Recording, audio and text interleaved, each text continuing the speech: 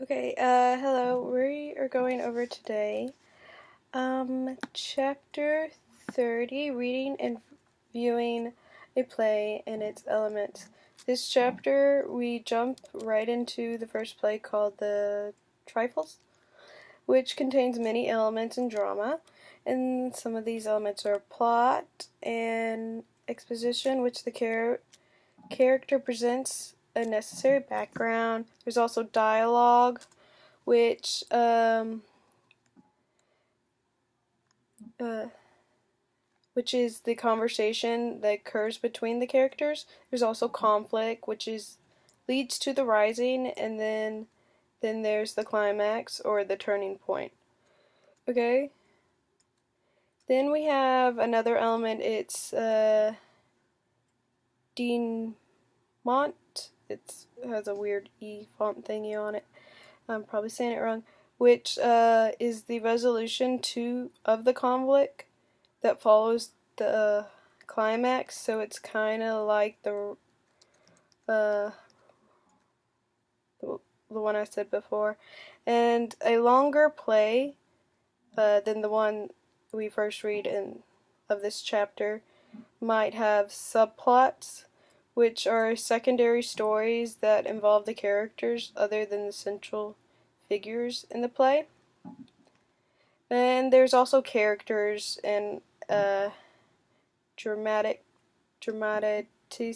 persona. It's some weird other word, which is the people that are in the play, and one or more of these characters in the play could be a protagonist, who's the central character, or an antagonist, the character that's the opposite of the protagonist. We also have the script, which contains mostly the dialogue and the instructions on how the actors are to move on the stage through stage directions, which is the thing where you're reading, which is the readings in this chapter.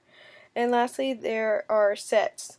They are the set and the place settings, which is the location of the action. And as we go back to the first chapter, in scene 1, the first sentence, it tells you where they're setting, not actually on the stage and performing, but where they're performing. They're in a kitchen in a now abandoned farmhouse. So they tell you the settings for it. Okay, then we go to reading the stage. The word drama comes from a Greek word performing an action, and these playwrights are almost always intended to be brought to life on stage.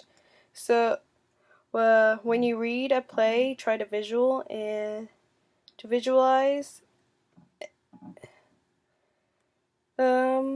the actors.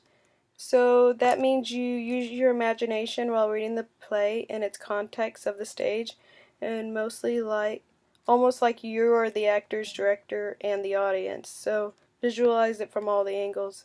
And this also helps you evaluate the play better.